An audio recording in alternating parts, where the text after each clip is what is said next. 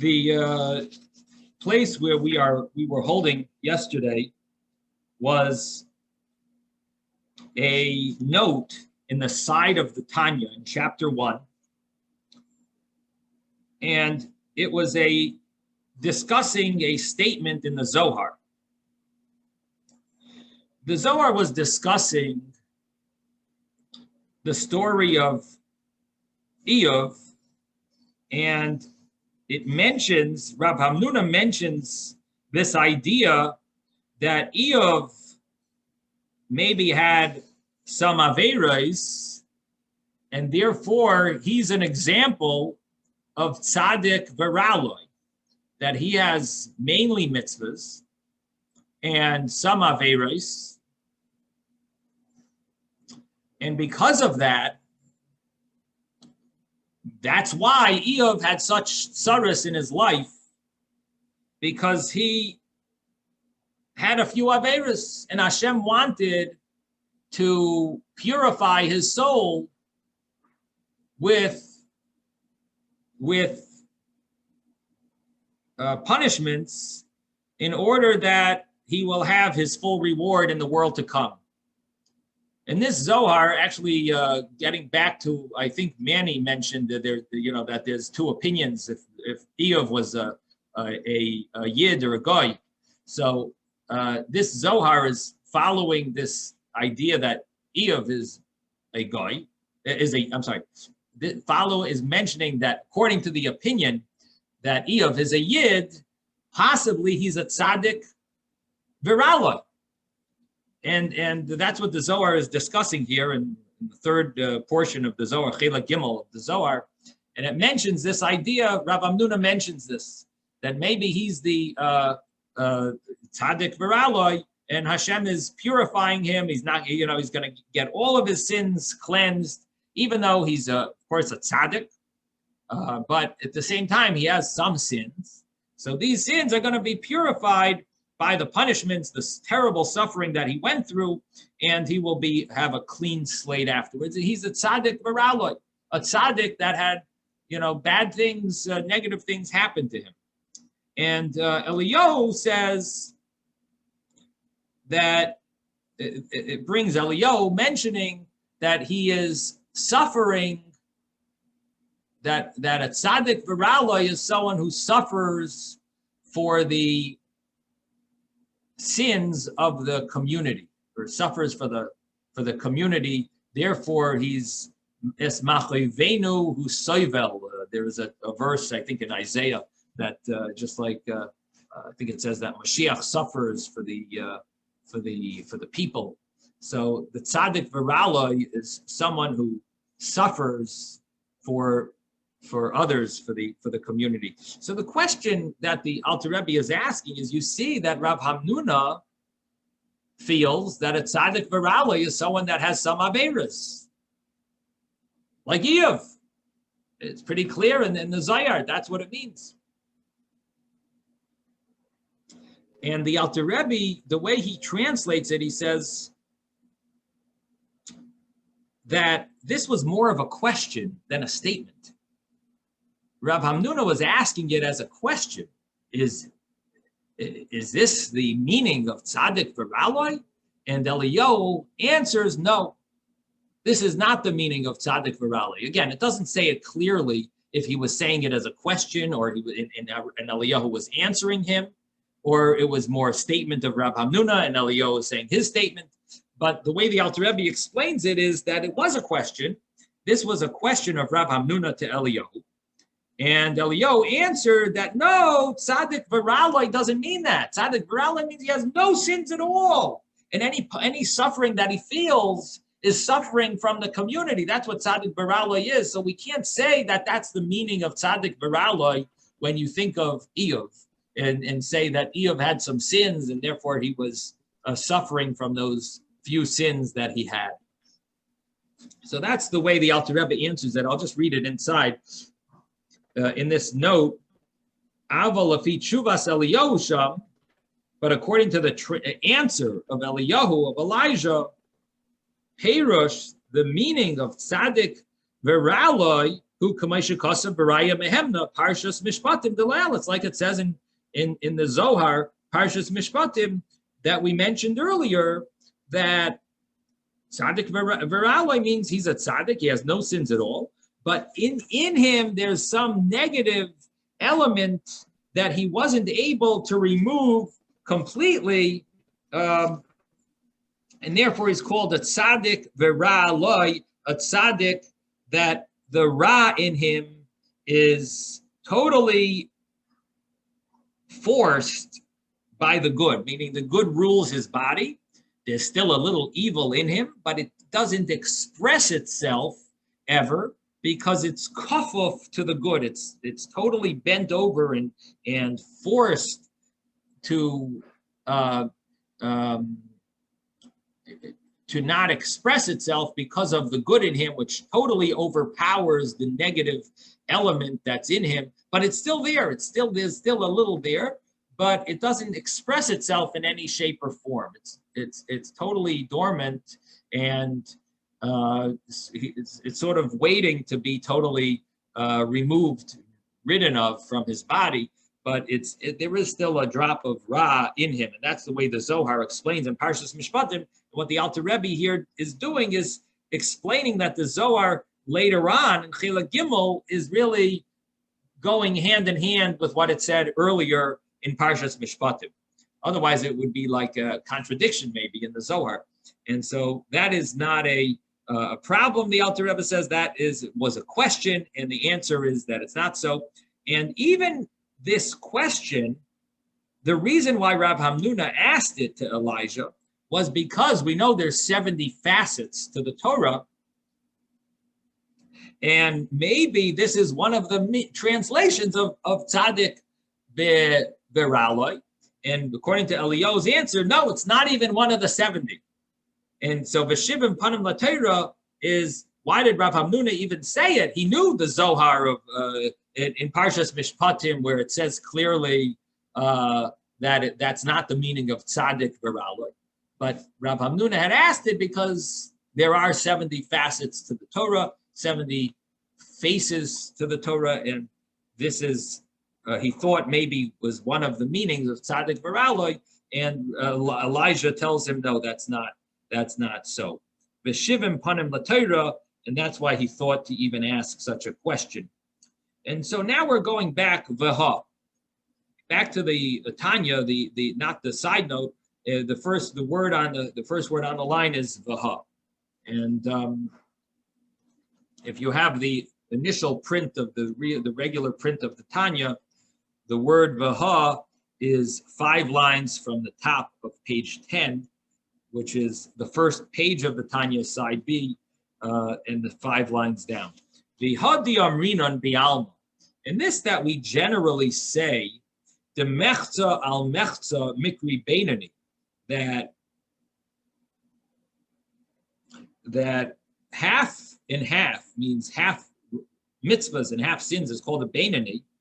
And the truth is, the Tanya is not just saying what people say, but he's quoting Gemaras.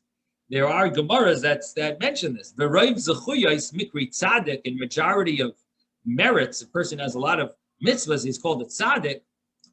There is such statements, and the reason why there are such statements is because they're borrowing the term tzaddik. The word tzaddik could also be borrowed. The main word tzaddik, when you call a person description of a tzaddik, is someone who has 0 sins. But that idea of tzaddik could be borrowed and refer to someone who just won a court case. Call him tzaddik. He was a tzaddik in his court case. And that idea, that term is borrowed. It's called the shem hamushal. It's not the shem ha'etzem, it's shem hamushal. In other words, there's a translation, and then there's a borrowed term. Shem ha'etzem means it's a name for the actual item, and shem hamushal means it's a borrowed term, le'inyan schar v'oinesh, regarding rewards and punishments, lefisha nidoin achar rubai, because the person is judged after the majority of their deeds. If they're good deeds, the majority, he's going to be judged more according to the good deeds. If it's majority bad deeds, So umikri tzaddik bedina is called the righteous in his din. He won the court case. He won his judgment me'achar shezoicha bedin because he was meritorious in din. And being meritorious in din doesn't mean that he doesn't have any sins. It means he was found, to be innocent in general in this whole court case of, let's say, his yearly court case on Rosh Hashanah that Hashem judges us. He was found meritorious. He's being given another year. And that court case is if he's going to live another year or not. And if he has majority mitzvahs, so then he's zeicha, he'll win in that court case. But it's not a court case of does he have any sins or no sins at all. And therefore, the term is borrowed to refer to being meritorious. Well, you know what? It's similar to, there's a term that a person has a heart of stone. And what does that mean? It doesn't mean his heart is actually a stone, but it means that, it's like a stone. It's not, it doesn't have any life to it, to his heart. He's not emotional. He has a heart of stone. And it's a borrowed term. We use the term stone, to the idea of it. Okay, now, aval, but, La inyan amitas shem hatayar, the main term description b'hamayla shel mailos madregas chalukos, to the greatness and the differences of these levels. Tzadikim ubeinanim. Amru Razal, the rabbi said, Tzadikim yetzer toiv shofta. The tzadikim, the yetzer toiv judges, meaning the yetzer toiv is the one who says his judgment by a tzadik. His good inclination is what gives his opinion. By a tzaddik, he's not sure, should I go now to shul or should I go later to shul? The Yetzer Tov is going to be the one to give his view, and the evil inclination doesn't even begin to record his opinion, because that's the Yetzer Tov is the only one who gives his view by a tzaddik. By a Beinani, it says, Zeh v'zeh shoiftan. Both of them say their views. By a tzaddik, the Yetzer Tov shoiftan. Again, this is a Gemara. The Gemara says a tzaddik, a Yetzer Tov shoiftan, but not a Yetzer Hara. The Yetzer Hara does not say his view. He doesn't give his opinion. But it says a Beinani, Zeh v'zeh shoiftan. So, this is the meaning that a Yetzer Tzaddik, a Yetzer Tov, says his opinion. Shenemar, as it says, "V'libi cholol b'kirbi," my heart is empty within me. She'ein lo Yetzer Hara, he doesn't have a Yetzer Hara, ki haragoy b'tainis, because he killed it with fasting. Who said these words? V'libi cholol b'kirbi. These words were said by King David. David HaMelech said, "My heart is empty within me." And what he meant was, I don't even have a Yetzer Hara. I don't have a Yetzer Hara because I destroyed it. I killed it with fasting, is a Yerushalmi. The Yerushalmi says he killed it with fasting and causing that there would be no desires anymore from his Yetzer Hara. He was able to totally remove it. Now, most people have not reached that level. Most people are not on the level where we don't have a Yetzer Hara. That's for a tzaddik, and that's the real term. A tzaddik, he only has the Yetzer Tov giving its opinion, and similar to David HaMelech, who was able to remove it through his fasting. And the commentary on Yerushalmi says that it was through fasting and sigufim, causing himself certain physical displeasures. There used to be a concept of rolling in the snow and freezing and causing your physical body pain in order to rid yourself of any physical pleasures. Now, we don't encourage anyone to do that. That is absolutely not the pathway of for regular people. But there was, and there we see that David HaMelech did fast and caused himself physical pain. Of course, nowadays it's prohibited, in fact, to fast. A person, if they fast extra fasts, it's considered dangerous. It's not healthy for the body, and anything that we aren't on the level that they used to be able to handle fasts in previous generations, and therefore it might cause them not to be. It might cause a person not to be able to learn Torah properly or do mitzvahs properly. So you might feel holy, but it's going to ruin your service to Hashem.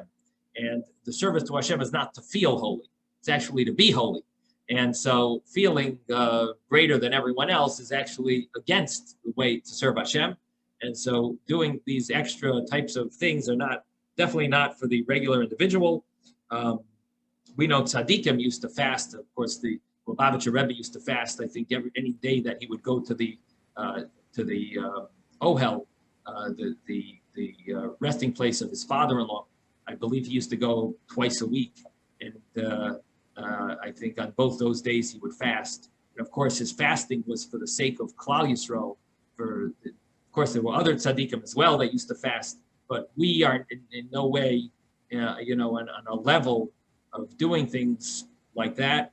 And therefore, our job is to live life normally and bring as much holiness into our life, but in a healthy, I shouldn't say normally because that's very vague, but healthily, that we should be healthy and yet serve Hashem in the best way possible. Rabbi Yes. Smith, Yes. what are called the basic fast and what are called extra fast? Well, the basic fast days, I mean, I don't know if I use that term, but basic fast days are the fast days that are in Shulchan Aruch. And of course, Yom Kippur, Tisha B'Av, Tzom Gedalia, Sarva Teves, and Shivasa Tammuz, and Tainus Esther. But any extra fast that, what I mentioned, the Lubavitcher Rebbe used to fast a few days a week. That's not something for regular people. Those are all extra, and they're not something that a person shouldn't really. We shouldn't really do, especially in our generation, unless a person has a special advice from a tzaddik that he's in that league. I was never given that message from any tzaddikim that I'm in that league, but maybe maybe you